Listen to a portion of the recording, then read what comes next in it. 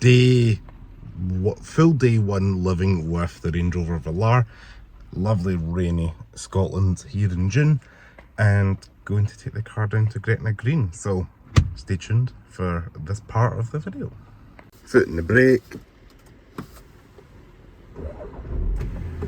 diesel comes to life, and sunshade opens up automatically, which is quite cool.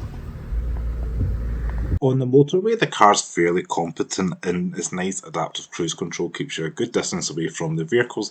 Managed to make it to Gretna nice and safely, and there's a couple of Range Rovers here. Now, Gretna has a little bit of a spruce up, so I was quite excited to see what was new, and of course I had to get a little hot chocolate because it is cold here in June. Alright everyone, you join me with day 5 with the Land Rover Range Rover Velar. What I quite like is even at night time, you get little sayings to say good evening to let you know, like a kind of welcome gesture. I quite like that little touch. You can see the gauge cluster there of the Velar silhouette and this kind of print here. It is not too bad a sunny evening tonight, and what I wanted to take the opportunity for is to start the car up, let the blind go all the way back. Is the mood lighting is so subtle. I haven't found a way in the system settings to change the colour, so I'm not sure if it is something that you can do. But we've got mood lighting in there, and then the footwell.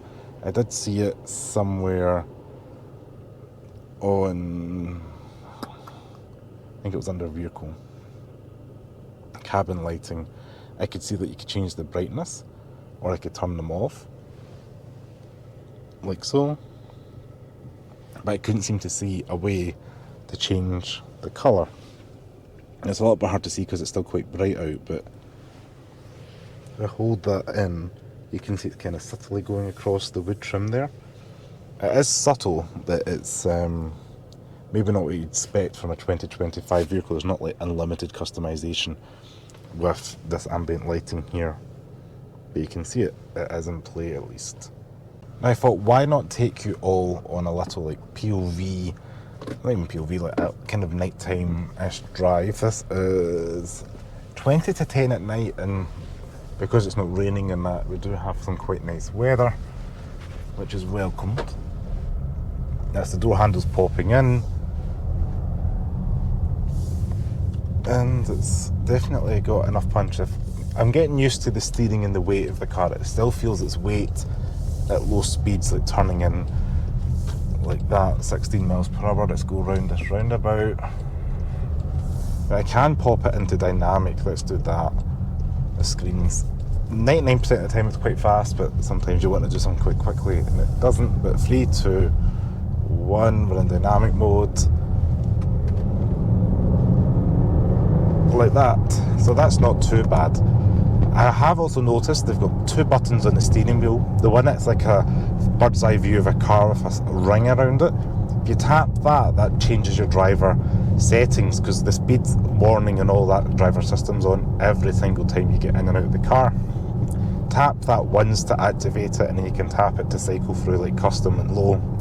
If you go into the menu into custom and then set that up as like take away the speeds, if you want to have lane departure, you can change the adaptive cruise control and all the other settings.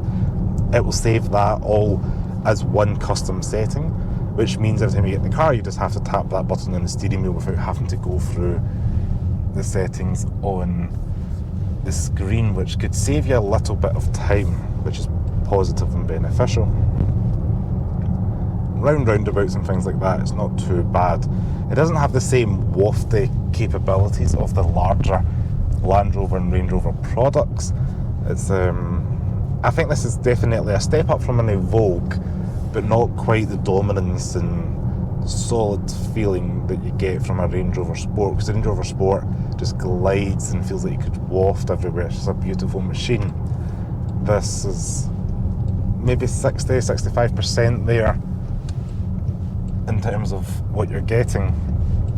Air suspension I have tried. I do like the access mode, getting in and out. You can have it kind of like stance and then pulling it up for off-road, but I haven't taken the car into anything like off-roady modes anywhere. Maybe I could have a look at that for tomorrow. I know the weather's 25% chance of rain all day tomorrow until tomorrow night. It's been raining all day today. Went to the Clarkson show and it was raining non-stop, so that's why I'm filming this late at night. So yeah, let me get back to maybe the next time you see this on the day of the life, we are going to be off-road or something like that. That'd be quite fun. Alright, it's a nice sunny Sunday and I am off to get some new camera equipment. So I'm going to get a new media mod, new camera, some other wee accessories. I need to go to 2 shops, so this is going to be day 6 with the car, day 5, day 6. It's Sunday, so enjoy. Successfully made it into town. Probably a bit noisy with the buses and that behind me, and I'm rushing because I've now got half an hour until the shop shuts. I just got a call to be like, that's the order ready, fantastic. We shut at 4. I'm like, alright, I'm on my way. So let's get our move on.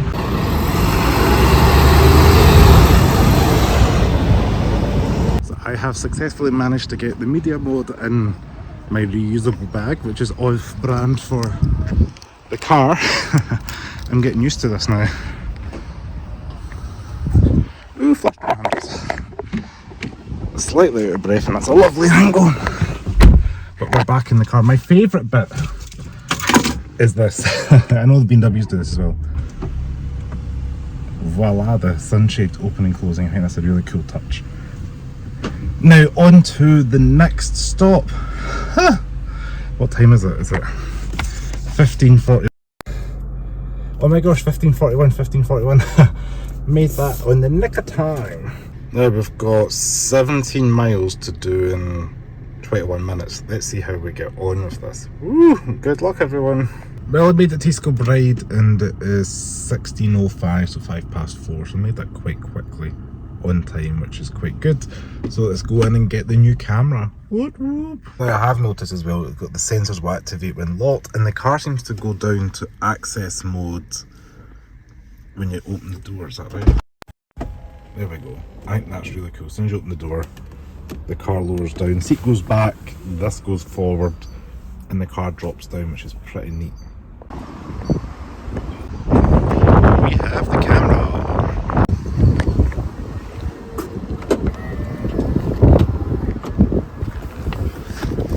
Oh. I do like this touch, and I've said that in other parts of this video, but the little kind of welcome bit for you when you get in the car.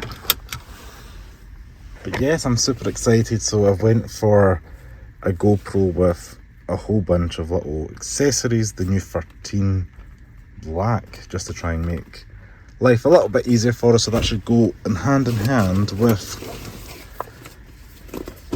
the GoPro media mode. So future videos should hopefully look a little bit sharper or better. You guys can let me know, but yeah, exciting. Well, I'm in the car park. There is one of those JM cars. So what do we think about the JM? I'd love to get one behind the wheel of one, see what they're like, but kind of Land Rover-esque, I guess, with the design. Final full day with the Velar, and at the post office, if I flip the camera around, yeah, so post office duties in the car, and it's still raining. This is like day 6. Car gets picked up tomorrow and it's still like drizzly. I've not had one dry day, so every day I'm filming it's like intermittent between the rain, or it's like at night time when it's like a little bit dry for maybe half an hour, 40 minutes, but it's literally raining every day in June so far. 9th of June we're on. So to conclude my week living with the Range Rover Velar D300 SE Dynamic. It is a competent, semi-luxurious entry into the popular crossover SUV sector. It is quite expensive, I thought, being £72,000 a spec. That's roughly about $96,000 US. It is nice to see a 3-litre diesel still on the market. That's going to be handy for people that want to tow. Functionality, I do quite like the things on the screen. It is tidier, however I do miss the rotating knob of the pre-facelift, as well as that second screen for things like your climate control. It just means you can do 2 things at once, so you don't have to look down at a screen. That's probably my main gripe, but overall the tweaks have kept it fresh. Technology was not too bad, and I had no issues with my week with this Velar, which is fantastic to report back. So I want to say special thanks to Jaguar Land Rover UK for loaning me this car, and Stevie and John for dropping it off. I will see you next video. Ciao.